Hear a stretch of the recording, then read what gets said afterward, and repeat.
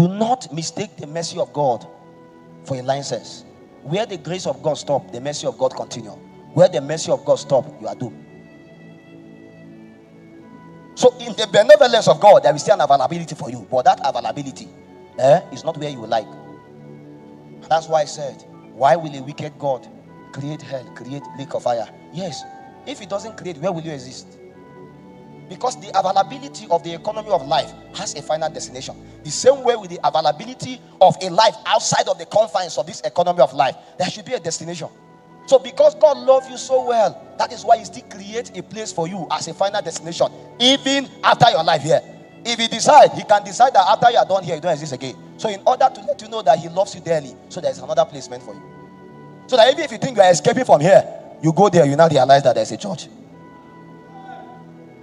But in the economy of life, we begin to transcend realms in glory. I trust God to communicate a little, but my challenge is utterance. And it's not because of me, it's because of you. I don't know whether you can understand. Because when we speak about life in itself, life is in different facets. Life is in different layers. Because the life that you have right now here is enough for you to comprehend the little things we are trying to explain here now. And mind you, if you have understand what Apostle CEPHAS said, what he was just trying to let you understand is that God cannot be taught. God can only be revealed. And this revelation of God come to you when the Spirit of God lighted upon you.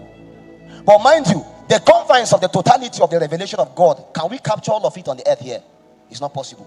So there is yet again another schooling that happened in the Spirit.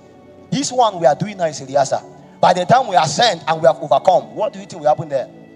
Another schooling again. Another continuation in the economy of life. It's only in life that you are educated. In death, is an end point. So even in heaven they behold and they are still crying, they are still shouting, holy, holy. Why? Because they see another apocalypse again. And that is to let you understand that for you to begin to continually enjoy the benefit and the beauty of God, you must journey to the economy of life. Do not be excited that you live within death and you are enjoying. No. You don't even have a place. Because the true test of your ordination and the true potency of that calling cannot be exercised in death. There is nothing you can do in death. The Bible said, in the flesh, it profit death. Only in the spirit you get life. So what we call the life of God is actually hidden in the Spirit of God. And if I take you further, you are going to realize something. That sincerely speaking, what you call death is different from what we call death. What Jesus Christ went through was not death as a spirit. He went through death as a process. Many of you never pay attention. There is death that ends with TH. There is death that ends with D. Death that ends with DH is a spirit. You have no business with it. That's what the Bible is talking about here. Death that ends with D is part of your lot and portion in order to carry glory. And that is actually the gateway to enter into life. Because if Jesus Christ himself cannot leave heaven and come with his own kind of life, in the earth, for you to partake through the economy of life, you must first of all die through the life that was put inside of you. Because by default, as you gain awareness, you partake of the Adamic nature. The only way that dies is immediately when you allow death as a process walk through you. And immediately when death as a process walk through you, the next thing is the economy of life. No wonder you will wander for so long and live your life and never know you are a prophet until one day you wake up a day and your eyes are open. What happened? Now that you give your life to Christ and you begin to remain within the altar of incense and it begins to burn you, you now realize that there are so many layers that resist and limit the outflow of these possibilities in God. And immediately when that cracks open, you now realize your eyes can see. In the book of Ezekiel chapter 2 verse 2, you see, when he yet speak unto me, the Spirit enters me and set me upon my feet. So Ezekiel was not a prophet because he went to a prophetic school. Ezekiel became a prophet because a spirit enters inside of him. That means it's possible for you to be in the economy of death for so long, and one day you appear in Ebenezer, and as you are here, a weak and feeble person, a spirit can enter you and you wake up and suddenly. Many of you do not know that the true potency of your call can only be fueled by an economy of the Spirit. Whether you like it or not, many of the communications of God are guided through an utterance. And until you are given utterance, you cannot alter the word of the Spirit. And if utterance is being made available to a goat, he can preach more than you.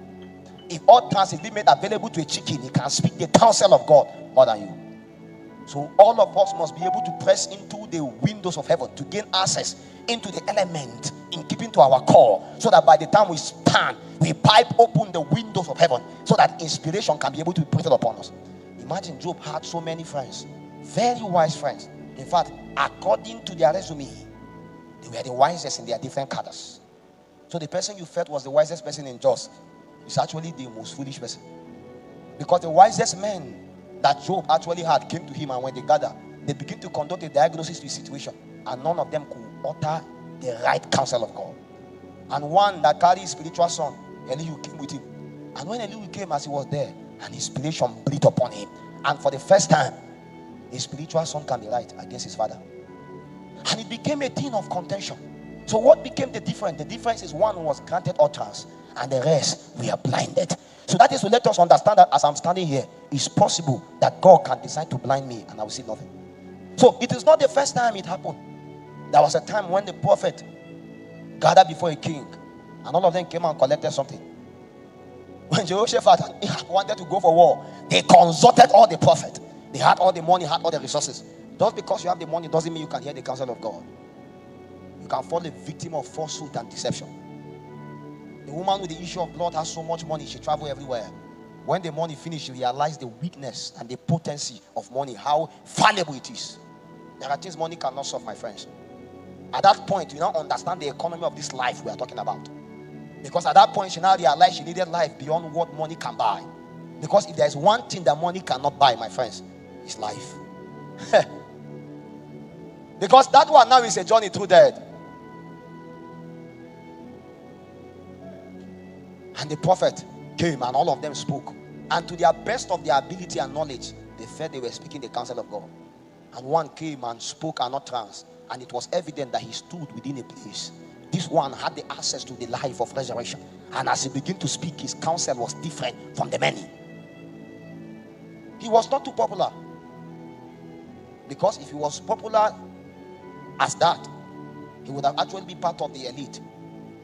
And so one slapped him and said, when did God leave me to speak? So among the mighty men in the land, he was not one. He was an upcoming minister. And because he was an upcoming minister, the people that felt they had the stature, they felt that God should communicate through them. But utterance has nothing to do with stature. Utterance has everything to do with Ebenezer, the stone of help. When God decides to help a 5-year-old child, he will speak the counsel of God. And out of the mouth of babes and sucklings, elders with gray hair have to gather to hear strength. And so at that day, even a man with gray hair like Job had to receive counsel from Elihu, a child that was not supposed to partake of that economy. And it's that his counsel that gave Job the privilege to be able to stand a little while.